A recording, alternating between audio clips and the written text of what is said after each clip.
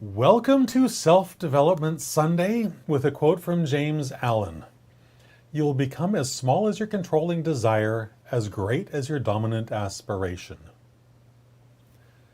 If writing your book is all about you, it's probably not going to be that compelling and it's probably not going to be that convincing. But if your book is about serving someone else, helping them in some way, a higher purpose than just you, then you could go on and write a book that's going to transform everyone that you know who has the problem that you've been through, that suffered from, you've got all that kind of stuff, and that you now have the solution for. It's why we write transformational nonfiction books, because we want to serve others in a way that nobody else can. We'll get to some more specifics on that, but first, welcome. My name is Christopher Diamani. If you've not been here before, welcome. If you've been here before, welcome back. My purpose, my passion is to empower aspiring Christian nonfiction writers just like you, so you can share the story of how God led you from trauma to triumph, out of the land of pain and misery into the land of promise and a future that you never even imagined before you did all that hard work and got to where you are today. And now you're in this position where you want to be able to give back. And writing a book is the pathway you've chosen to do that. I love that. I applaud that with everything I have. And I want to just talk about how to keep that passion, that fire going, so that you get to the end of publication highway and you publish that book so you can make that impact. None of it's possible without completing the journey. Starting it, as laudable as that may be, it's not the finish line. It certainly isn't the pathway to becoming the human being we need to become in order to serve the people at the level we know we were meant to, the level we were born for. So our aspirations are what helps transform us into the person we must become. Unchecked desire simply limits our possibilities, both in our writing and in our life. It holds us back. It keeps us locked in this little tiny compartment instead of bursting forth and doing all the amazing things that we know we were born for. So align your aspirations with higher wisdom, as Proverbs 16:3 tells us. Let this be the principle that governs your journey down publication highway. Commit your works to the Lord, and your plans will be established. Yeah. Commit your works to the Lord. So what does that mean in the context of writing your book? Well, for me, it means, nurture that higher aspiration. You have this vision of who you want to help, why it's so important to help them. Hang on to that. Use that as a great big power source. Every great book starts with a compelling idea and with a compelling vision for transformation for the person that you were born to serve. You combine those two things and you've got a powerhouse. Without either one, maybe you might hit a mark, but it's far less likely. So your higher aspiration, this community you were born to serve, this is the fuel. This desire is the thing that is the fuel that will drive all your research, all your outlining, all your writing, all your revising, so that you can write, finish, and publish this book. This book is going to transform your audience's life in some really amazing way. And along the road, it's really easy to get sidetracked because we're frail, sinful human beings.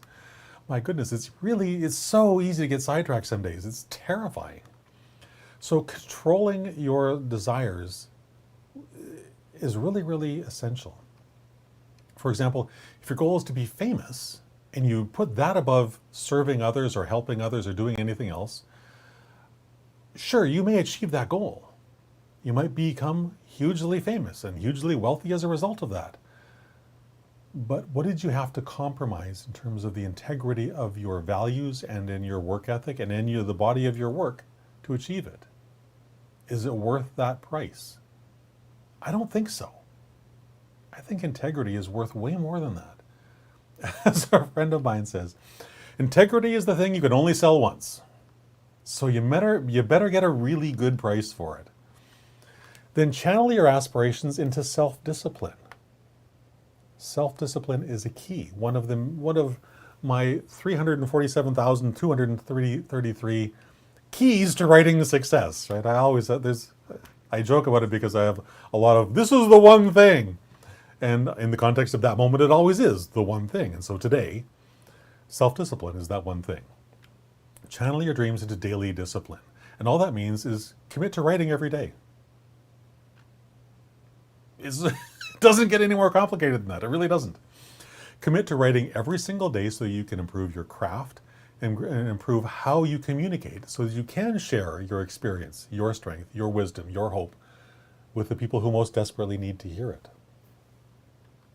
Schedule your writing sessions, show up on time, do the work, whether you feel like it or not. Literally, that's the definition of personal integrity when it comes to writing your book. Doing what I said I would do, when I said I would do it, whether I feel like it or not. You do that, your book is guaranteed. Your finished book and published book, absolutely guaranteed. I speak from a massive wealth of experience. I spent a long time, way more time than I care to admit most days. Apparently today is one of those days. Way more time not completing a single book because I refuse to do this. I refuse to live in that integrity. Just do it, show up and do what I said I was going to do when I said I'd do it. I would, if I scheduled the writing appointment, I didn't show up for it. So obviously, getting a book finished is going to be really challenging with that kind of mindset. And yet when I switched it around, once I started living in that integrity, started living with the belief that the only way my book will get written, finished, published is if I sit down and do this work every day, whether I feel like it or not, guess what? That success was inevitable. I've gone on to write and publish 53 books so far. I don't say that to brag. I say that because this is what happens when you simply live in that simple integrity. Success is inevitable. So make your success inevitable as well. Just live in that integrity. Do what you're going to do when you said you're going to do it, whether you feel like it or not. That is the most important part. Because there's going to be days where you don't feel like writing. Your published book couldn't give a crap. All your published book cares about is you sit down and you do the work. Because here's the magic that happens as well, right? Grab yourself a 2-minute dollar store timer. And when you don't feel like writing, pick up the timer, turn it over, and lie to yourself. I will write until the sand in that timer runs out, and then I will quit. Truth is, you won't quit.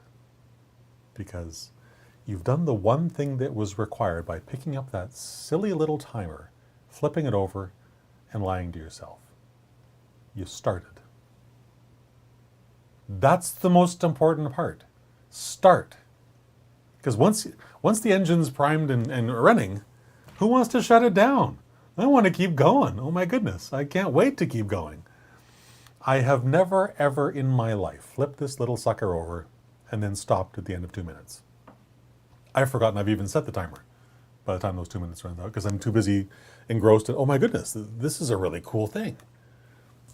And that's true even if I start off with, I literally wrote this as the one night when I was having a really hard time trying to get a scene written. I have no idea why these two people are in this scene. I have no idea why there's a dead body lying under the bushes over there. And I have no idea what's going on or what the scene even serves. No clue on any of it. Those were the words that I typed out just to do something because I finally got so angry with myself for literally frittering away 14 hours doing anything except writing.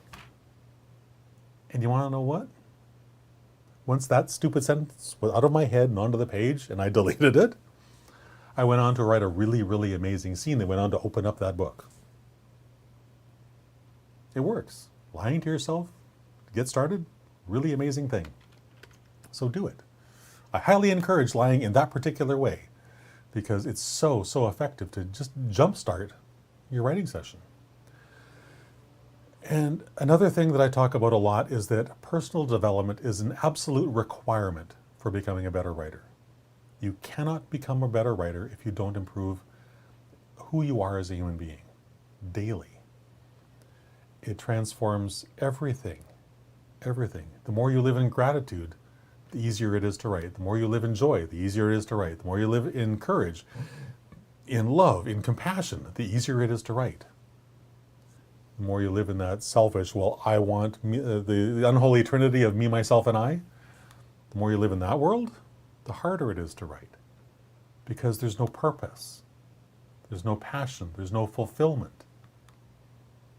So for me, becoming a better human being, improving how I think, why I think the way I think, all those things has been a massive, massive source of inspiration and motivation to become a better writer and to write more, to write better, to write faster, all those things.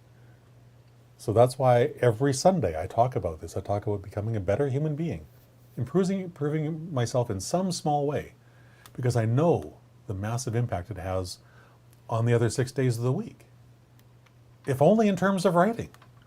It has massive benefits beyond that, obviously, but just in terms of writing, it's rocket fuel. So why would I not do it? I'd be insane not to do it. I think so would you. Your dominant aspiration, use that to motivate yourself. Use that as your guiding light. And really amazing things will go on in your life. With that thought, have a fantastic rest of your day, and I will talk to you again tomorrow at 3 o'clock.